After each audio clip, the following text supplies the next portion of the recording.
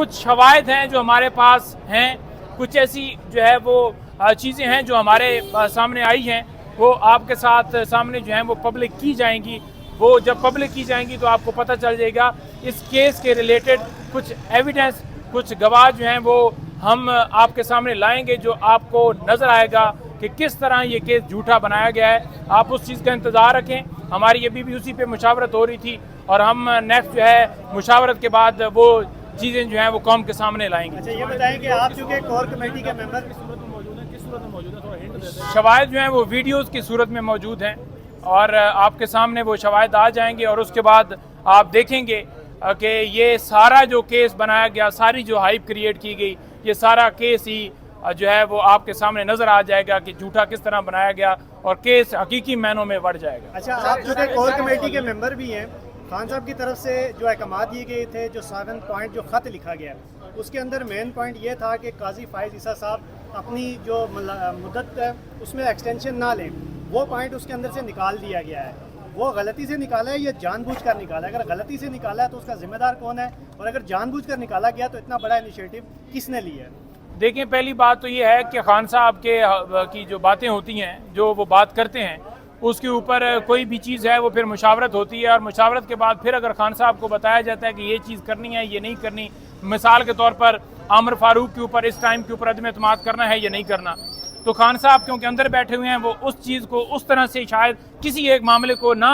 بہتر طور پر انڈرسٹینڈ کر رہے ہیں، تو جب انہیں بتایا جاتا ہے تو پھر خان صاحب کا جو فائنل ڈیسیجن ہوتا ہے وہی اس کے اوپر امپلیمنٹیشن ہوتی ہے۔ اس ان کا تھا کہ یہ پوائنٹ نکال دیں۔ دیکھیں، یہ جو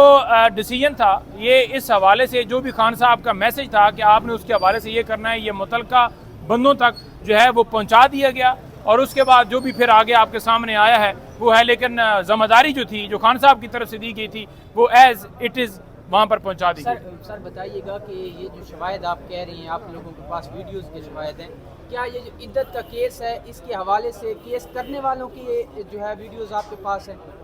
دیکھیں، یہ عدت کیس کرنے جنہوں نے کیس کیا ہے نا جی،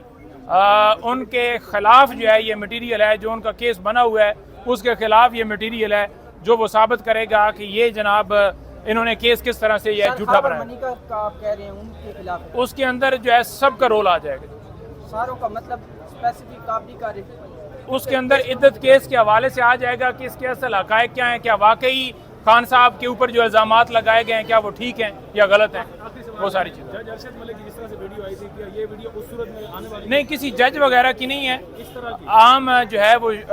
شخص کی ہے، اور ایز ایویڈنس آپ کے سامنے آئے گی کہ وہ گواہی دیں گے کہ کیا خان صاحب اور یہ سارا جو ان کے اوپر لگایا گیا ہے معاملہ کیا وہ ٹھیک تھا یا غلط تھا۔ سر وہ بندہ جو جس کے آپ ویڈیوز کی بات کر رہے ہیں، کیا وہ یہاں پہ جو ہے نا ایز اے گواہ پیش ہو چکا ہے؟ نہیں، وہ کوئی پیش نہیں ہو چکا، وہ بندہ ایک نہیں، ایک سے زیادہ ہو سکتے ہیں، اور وہ جو ہے وہ ویڈیوز سوشل میڈیا کے سامنے شیئر کی جائیں گے۔ دیکھیں، یہ جو عدت کیس کے اندر سزا دی گئی تھی بالکل آن میرٹ جو ہے وہ سزا نہیں دی گئی تھی، یہ ایک جھوٹا کیس بنایا گیا۔ اس میں پہلے جو ہے مفتی سعید کو بطور کمپلینٹ پیش کیا گیا، پلانٹ کیا گیا، اور اس کے بعد وہ جو کمپلینٹ تھی وہ واپس لے لی گئی۔ دوبارہ خاور مانکا جو بشرا بی بی صاحبہ کے جو سابقہ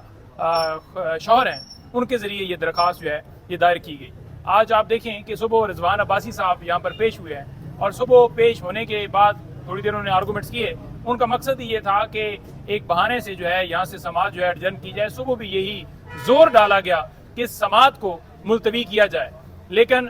جو ہے ہماری طرف سے یہ استدعا کی گئی کہ یہ بہانے ہیں، آج ہی فیصلہ کیا جائے، کیونکہ لاسٹ ہیئرنگ کے اوپر عدالت نے یہ کہا تھا کہ اگلی جو تاریخ ہوگی اس کے اوپر جو ہے وہ فیصلہ جو ہے سن کے دیا جائے گا، کیونکہ ہمارے دلائل مکمل ہو چکے ہیں۔ اور اگر سابقہ ریکارڈ دیکھیں تو یہی خاور مانکا کے وکیل جب پیش ہوتے تھے وہاں پر ٹرائل میں، جب سزا دلانی تھی اس وقت 10 گھنٹے سماعتیں جاری رہتی تھیں، اور یہ وکیل ایک سماعت کے بعد دوسری سماعت عدالت لگتی تھی تو وہاں پر رہتے تھے۔ ایک 5 منٹ کا جو ہے وہ وقفہ درمیان میں ہو جاتا تھا تو اس کے اوپر بھی شور مچایا جاتا تھا کہ جلدی ختم کر کے اور جلدی سے جلدی سزائیں سنائی جائیں، لیکن آج یہ وکیل بھاگ رہے ہیں۔ ابھی دوبارہ جب سماعت ہوئی تو وہ وکیل صاحب موجود ہی نہیں ہیں جی، وہ بہت زیادہ مصروف ہیں۔ کہاں پر مصروف ہیں؟ کوئی مصروف نہیں ہے، صرف اور صرف بہانہ تھا کہ اس کیس کو لنگر آن کیا جائے۔ اس وقت بشرا بی بی صاحبہ صرف ایک کیس کے اندر گرفتار ہیں، پابند سلاسل ہیں، اور اگر ان کی اس میں رہائی ہوتی ہے تو پھر کوئی ایسا مقدمہ نہیں ہے جس میں وہ گرفتار ہیں. تو یہ اس لیے رہائی نہیں چاہتے کیونکہ ان کو کسٹڈی میں رکھ کر ان کے ساتھ جو سلوک کیا جا رہا ہے, جیسے زہر دیا گیا اور جیسے ان کی طبیعت ناساز ہے, جیسے اب رپورٹس کے اوپر ایک ڈرامہ رچایا جا رہا ہے, تو یہ ساری چیزیں اس لیے ہیں کہ خان صاحب کو توڑا جا سکے, بی بی صاحبہ کو توڑا جا سکے, اور پھر ڈیل کا جو ہے وہ توڑ کر کہا جائے کہ آپ ڈیل کریں, ہمارے ساتھ باہر چلے جائیں, یہ جو بھی طریقہ کار کریں, لیکن وہ ڈٹے ہوئے ہیں. خان صاحب پہ مقدمات بنا دیے, بی بی پہ بنا دیے, ان کی بہنوں کے اوپر بنا دیے. کل آپ نے عمران خان کی سٹیٹمنٹ نہیں دیکھی, انہوں نے کہا جی کہ بی بی کا تو کوئی سیاست سے تعلق ہی نہیں ہے. تو جب کسی کا کوئی سیاست سے تعلق نہیں ہوتا تو آپ ایک سمجھتے ہیں کہ میرا سیاسی یہ حریف ہے, آپ اس کی فیملی کے اوپر بھی آپ اٹیک کرتے ہیں, تو اخلاقیات کے تمام جو درجات ہیں وہ آپ کراس کر چکے ہیں, اور آپ کے اندر کوئی شرم نام کی, غیرت نام کی کوئی چیز ہی نہیں ہے. سماعت منگل تک ملتوی ہوئی ہے, اور ہم آج بھی یہی استدعا کر رہے تھے, اور نیکسٹ بھی ہم یہی کرتے ہیں کہ اسی دن فیصلہ دیا جائے, کیونکہ یہ بہانے ہیں صرف ڈیلے کرنے کے.